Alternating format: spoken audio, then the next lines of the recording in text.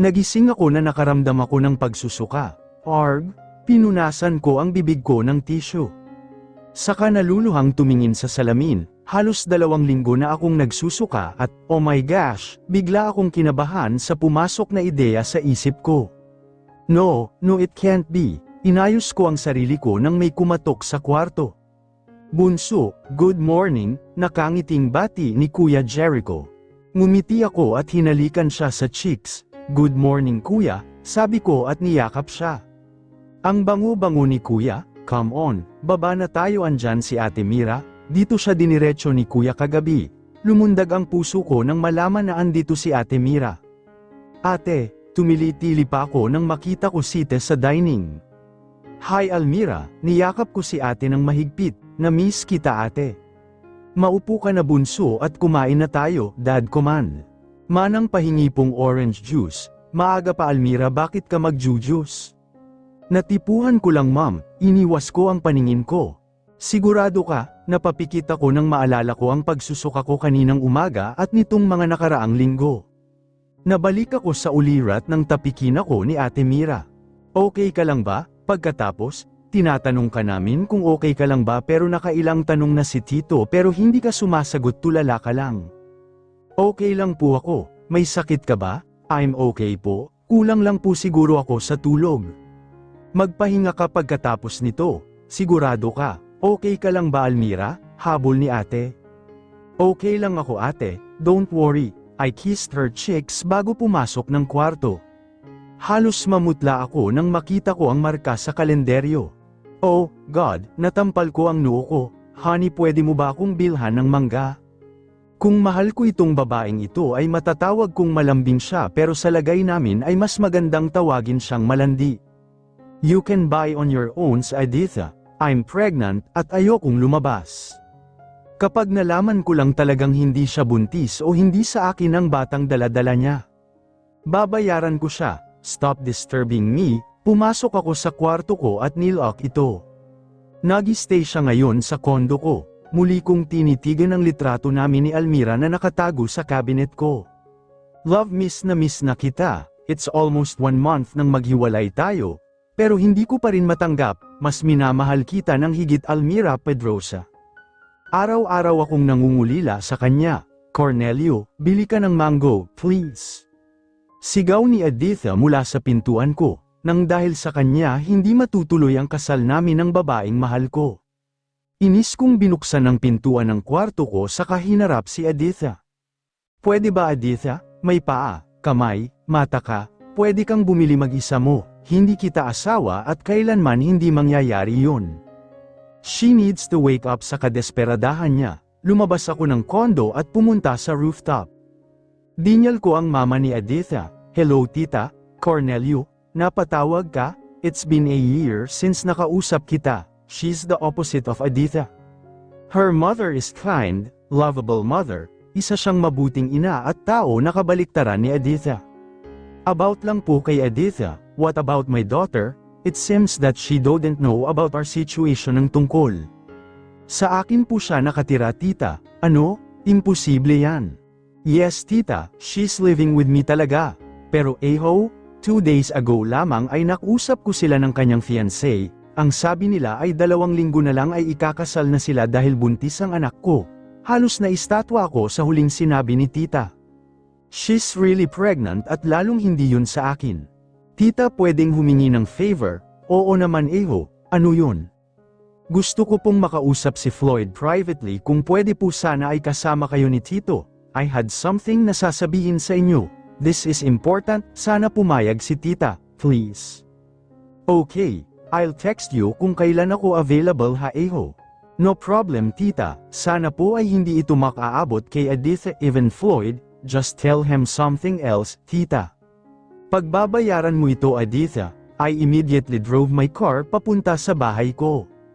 Mom, Dad, Kara, sigaw ko nang makapasok ako, masamang tingin ang binungad sa akin ni Mom habang si Dad hindi man lang ako tinapunan ng tingin.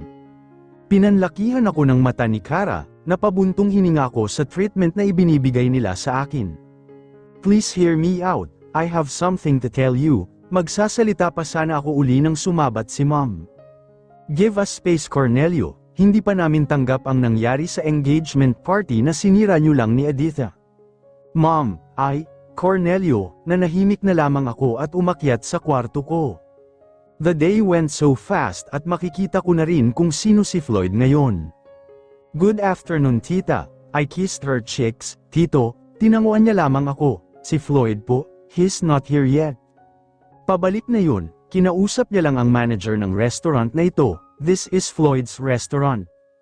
Hinintay namin na makabalik si Floyd sa VIP room kung nasaan kami. Sorry tita Tito natagalan ako, nagkaroon po kasi ng problema sa kusina. Okay lang Floyd, by the way he's Cornelio Robles, inilahad ko ang kamay ko at tinanggap niya rin yun kaagad. Floyd Nunez, ano po ba ang pag-uusapan natin, about Aditha? What about my fiancé, she's living with me, at ayoko siyang kasama, may fiancé din ako, si Almira Pedrosa, ikakasal na sana kami pero Aditha came and ruined us, sabi niya buntis siya. Buntis siya at dinadala niya ang baby ko. Pinapaako niya sa akin yun. What? Sabay-sabay nilang sigaw, ang sabi niya, I got her pregnant, sinabi niya yun ng mismong engagement ko.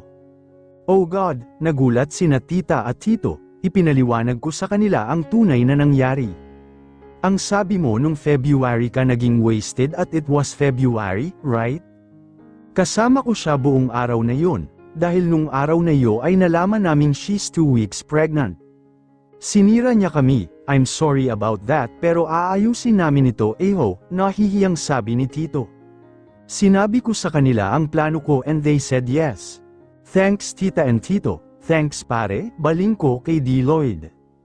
Ako na ang humihingi ng pasensya sa ginawa ni Aditha, she's spoiled brat since ever. Okay lang pare, sana lang magkaayos kami ng babaeng mahal ko.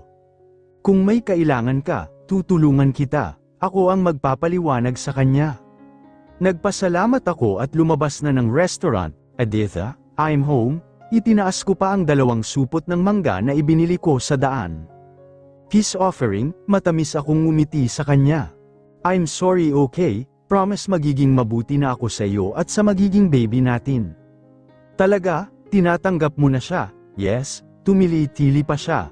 And by the way let's have our wedding in next 2 weeks. Bigla siyang namutla sa sinabi ko. Okay lang ba yun sa'yo? Of course. Excited na ako. Kuminang-kinang ang mga mata niya. Wait, naka-move on ka na ba kay Almira? Let's not talk about her okay. Hindi siya kasali sa buhay natin. Niyakap niya ako ng mahigpit at halos masuka ako sa mga pinagsasabi ko. Mom dad aalis lang po ako. Paalam ni Almira. Saan pupunta ang Unica-eha ko? Dad asked in a kind way. Mall lang dad, may bibilhin lang po, be safe. Kuya Sherwan and Kuya Jericho are not around, probably they're out with their girlfriend. Actually hindi ko pa nakikilala ang girlfriend ni Kuya Jericho, dahil nasa ibang bansa daw ito pero papauwi na daw next month. And nakakasama ko na sila ng kalahating taon, parang kailan lang. Manong sa malapit na mall po tayo, ma'am andito na po tayo. Nagpasalamat ako kay Manong at binigyan ng perang pangmeryenda. Hinanap ko ang donuts at bumili ng ilang box, miss kukuha ako nito. Salamat ma'am, babalik po kayo. Nang matapos ako sa pag-iikot ay pumunta ako sa pharmacy. Bumili ng isang bagay, ang aking pag-usisa ay magtatagal. Manong papalabas na po ako, I end the call at tuloy-tuloy lumabas ng mall. Iya, napatingin ako sa isang babaeng nakaupo sa gilid ng mall at nakalahad ang kamay. Pwede bang makahingi ng makakain iya? Nakangiti ngunit bakas ang gutom sa mga mukha nila. Nilagpasan ko sila at pumunta sa isang stall, bumili ng maiinom. Lola ito po ibinigay ko ang isang pares ng box ng donuts at tubig na para sa kanilang dalawa. Maraming salamat iya, hindi pa kasi kami nakakakain simula kagabi. Wala po ba kayong bahay lola? Meron iya. Pero mula umaga hanggang gabi ay nanlilimos kami upang may makain. Lola, sama po kayo sa akin, ihahatid ko po kayo sa bahay ninyo. Lola, ako na po ang bahala sa pagkain ninyo araw-araw at pag-aaralin ko po ang anak ninyo. Nagulat ito sa aking sinabi pero di kalaunan ay gumuhit sa mga lobby nila ang isang magandang ngiti. Talaga po ate ganda, Bibong, sabi ng batang lalaki na sa tingin ko ay nasa edad 11. Oo big boy, halika na po. Naku iya, hindi mo na kailangan gawin ito. Umiiling na sabi ni Lola na ikinalungkot ng bata. I insist Lola, hilig ko po ang tumulong, halika po at ihahatid ko po kayo sa inyong bahay at ipag-go-grocery. Nagulat si Manong nang makita akong may kasama. Manong, ihatid po natin sila sa kanilang bahay. O sige iya, itinuro ni Lola ang bahay nila, simpleng bahay lamang ito na may bakod. Lola, ang simple po ng bahay ninyo pero ang ganda-ganda po, makaluma ang estilo ng bahay na ito. Maraming salamat iya, ipinatuloy nila kami sa loob. Ihahatid po ng mga kasambahay namin at ni Manong ang mga grocery Lola, at sa Lunes ay may susando po kay Dennis dito at dadalhin sa isang eskwelahan, ako na po ang bahala sa mga gamit niya at gastusin, sobrang nagpasalamat ng marami silang dalawa sa akin. Bago kami umalis ni Manong ay kinuha ni Lola ang mga kamay ko, isa kang matulungin na tao iya at may magandang loob, dahil sa pinapakita at ginagawa mo sa tao ay bibiyayaan ka ng isang magandang regalo na sobrang magagalak ka. Kay ganda talaga ng loob mo iya, masayang sabi ni Manong pagkabalik namin sa sasakyan. Masaya po akong tumutulong Manong, hi dad, mom, hinalikan ko sila pareho. Ang tagal mo naman sweetie. May dinaanan po kami ni Manong mom, may inihatid po kaming lola at isang batang lalaki sa kanilang bahay. You help them? Di makapaniwalang sabi ni mom. Yes, and uutusan ko po sana ang ilan sa kasambahay natin pati driver na mag-grocery at dalhin sa bahay nila. And e-enroll ko po si Dennis sa isang eskwelahan na malapit dito. Ako na po ang bahala sa gastusin. Biglang pumalakpak sina mom and dad, sobrang proud kami sa iyo, sweetie. Gumuhit ang tunay ng ngiti sa kanilang mga labi. Niyakap nila akong dalawa, kinain namin ang donut nang matapos kami ay saktong dating nila Kuya Sherwin at Kuya Jericho. Wala nang donuts, nasa ref kuya, habang nag-iisip-isip ay naalala ko ang binili ko sa pharmacy. Kailangan kong malaman ang resulta kaagad, kinuha ko ito sa bag at pumasok ng banyo. 1 red line means I am not, 2 red line means I am. Sinunod ko ang instruction sa cover nito, pinaikit ko ang mata ko habang nag-aantay sa resulta. Oh my God, naiiyak kong sigaw nang makita ang resulta, no it can't be, napahawak ako sa lababo dahil nanghihina ako. It can't be, paglabas ko ng banyo ay siyang katok sa aking pintuan kaya inayos ko muna ang sarili ko bago buksan ito. Hi Almira, pasok ka ate. Iniwas ko ang tingin sa kanya pero may ngiti pa rin sa aking mga labi. Sana wag niyang mapansin na umiyak ako. Nagyayaya ang kuya mong mag-movie marathon, you wanna come? Great, sa living room lang naman daw ninyo, Jericho is coming too. Ate, nagtatakang tumingin ito sa akin, may problema ba? Hindi ba nagsisinungaling ang pregnancy test? Almira, are you pregnant? Hindi makapaniwalang tanong ni ate. Nanlamig ako sa kanyang sinabi, no. At bakit mo naman na itanong, if you're not? My friend thinking that she is, pagsisinungaling ko. Oh, okay, minsan mali ang PT pero dapat magpa-check up na siya sa madaling panahon. I held her hands, wag mong sasabihin ito kay kuya baka sabihin niya ako yon. Hindi pa ako sigurado, false alarm lang ito, hon, ang weird ni Almira. Anong ibig mong sabihin na kakaiba? Nagtatanong siya sa akin kung totoo ba ang results ng pregnancy test. Ano, pero ang sabi niya, pinapatanong daw ng friend niya but she's kinda weird today, may napapansin ka ba or kayong kakaiba kay Almira? Minsan naririnig ko siyang sumusuka, ang sabi niya baka may nakain lang siya, then nagkukulong lang siya lagi sa kwarto, pag sinilip namin siya, she's peacefully sleeping at lalong mas dumami ang kinakain niya, nitap-tap niya ang kanyang bibig na kinanuutan ko ng noo. What? Sa tingin ko buntis ang kapatid mo Han, namilog ang mga mata ko sa kanyang sinabi. What the heck? Dali-dali akong tumayo at pupuntahan na sana si Almira at kukumprontahin ng pigilan ako. Kumalma ka nga, hayaan mo siya ang magsabi sa inyo, baka magulit yu sa akin dahil sinabi ko sa iyo. Paano kung buntis nga talaga ang kapatid ko, bakit, hindi mo ba tatangapin? Of course tatangagiin ko pero lalaki siyang walang ama. You're here, Jericho, Tito is here kahit ang mga kaibigan ni Almira ay nandito para damayan siya. Fine, aantayin kong magsalita ang kapatid ko. Good, now, let's set up na yung movie marathon natin.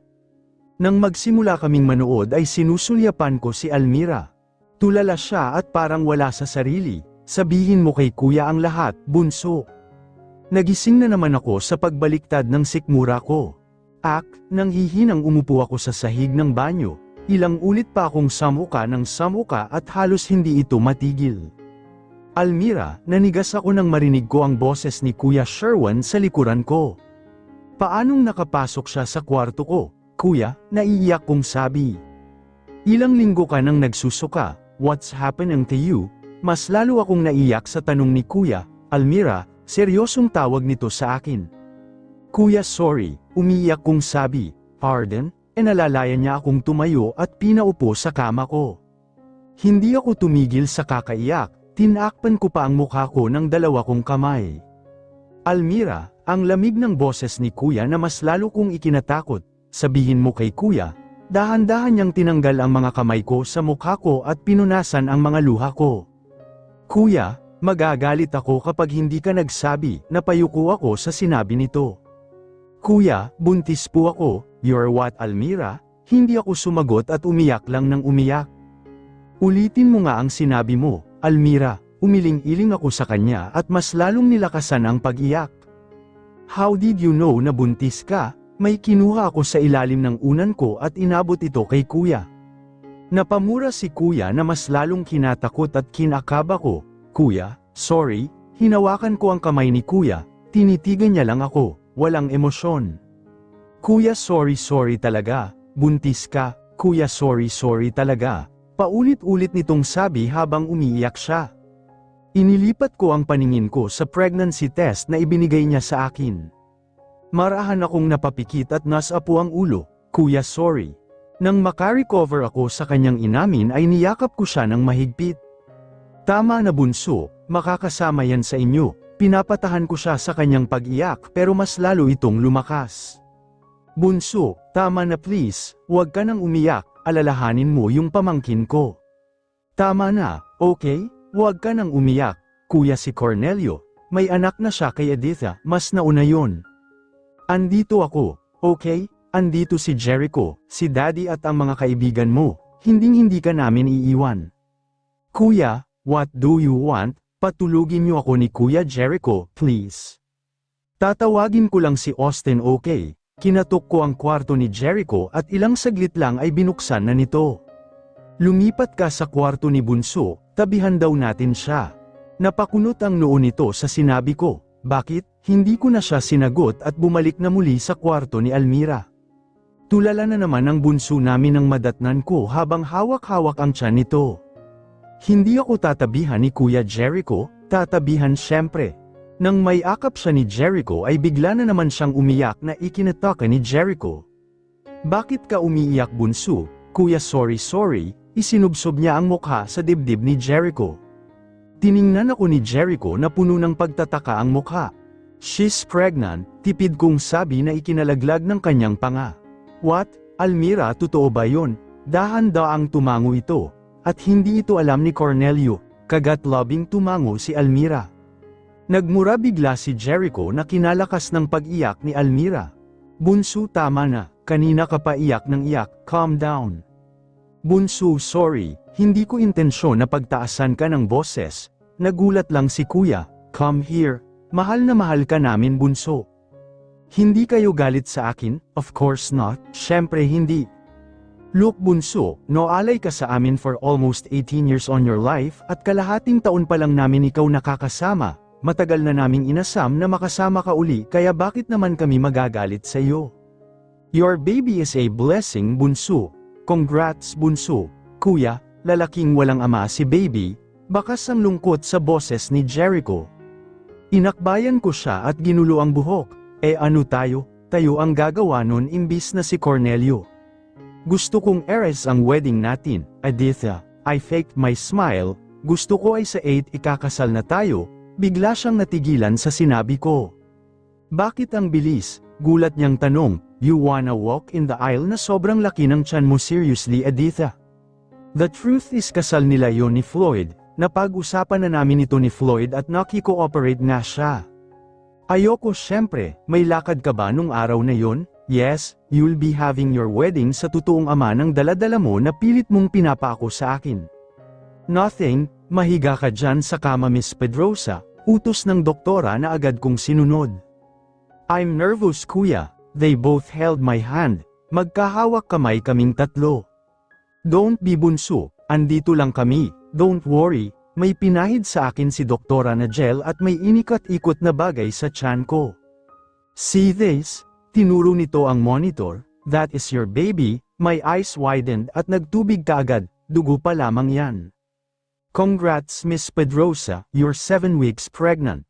Stop crying bunso, it's okay Miss Pedrosa, normal lang yan sa katulad niya. Napatango silang dalawa sa sinabi ng doktor, Miss Pedrosa please be aware sa mga bawal sa'yo. Okay, ang mga bawal na pagkain ay hindi mo pwedeng kainin kahit pa natatakam ka rito. You should follow all my instructions about your pregnancy para sa inyo yon ni baby. Uwi na tayo kuya, pero bilhin niyo muna ako donut, I'm really craving for donuts. Bunso, gusto kang makausap ni Cornelio, mabilis akong umiling kay Kuya Jericho. I don't want to, magsama sila ni Aditha, sigurado ka? He's a cheater, natahimik kaming lahat at wala nang nagsalita sa aming tatlo. Where's ate Kuya Sherwin, lumabas kasama ang kanyang pamilya. Hindi siya pupunta dito, I really want to see her. Darating siya mamaya. Kuya, what if? Paano kung, what if magalit si mom and si dad sa akin, hindi sila magagalit sa iyo? Bunso, gaano ka sigurado? Dahil alam na nila. At minamadali nila ang trabaho nila sa Japan just to go back here immediately. Napaawang ang bibig ko sa sinabi ni Kuya, totoo yun bunso. Sobra ng swerte ko sa inyo kuya, no bunso. We are the